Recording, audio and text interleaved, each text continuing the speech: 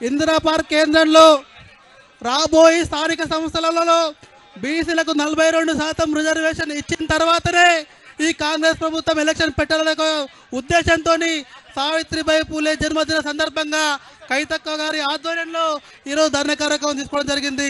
మిత్రులారా, 2 నెలల క్రితం కల్వకుర్తి నియోజకవర్గ కేంద్రంలో తెలంగాణ బీసీ మహాసభ ఆధ్వర్యంలో మేము ఎప్పుడు క్యాస్ట్ సెన్సస్ చేసి 42% రిజర్వేషన్ ఇచ్చినాగానే మీరు ఎలక్షన్ పోవాలని చెప్పేసరి 2000 మందితోని కల్వకుర్తి నియోజకవర్గ కేంద్రంలో మేము ధర్నా చేయడం జరిగింది.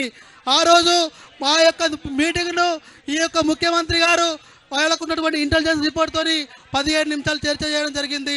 ఆ యొక్క ధర్నా చేసిన తర్వాత నా నియోజకవర్గ కేంద్రంలో ఇంత పెద్ద ఎత్తున చైతన్యం వచ్చిందంటే ఖచ్చితంగా మనం క్యాస్ట్ సెన్సస్ చేయాలి, ఏదైతే బీసీలకు రిజర్వేషన్ ఇచ్చినామో అది ఖచ్చితంగా ఇంప్లిమెంట్ చేయాలనే ఉద్దేశంతో మరి క్యాస్ట్ సెన్సస్ కంప్లీట్ చేయడం జరిగింది. ఆ రిపోర్ట్ అయితే ఇంతవరకు పెట్టలేదు.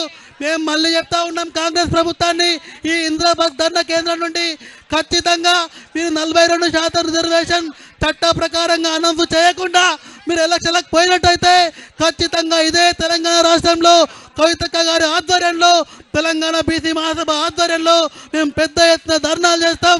మీ ప్రభుత్వం దించేదాకా మేము ఖచ్చితంగా ఈ పోరాటం కొనసాగుతుందని తెలియజేస్తూ మరి ఇంత మంచి అవకాశం ఇచ్చినటువంటి ఈ యొక్క మీటింగ్ అనేటువంటి ఈవెంట్ ధన్యవాదాలు చేస్తా ఉన్నా.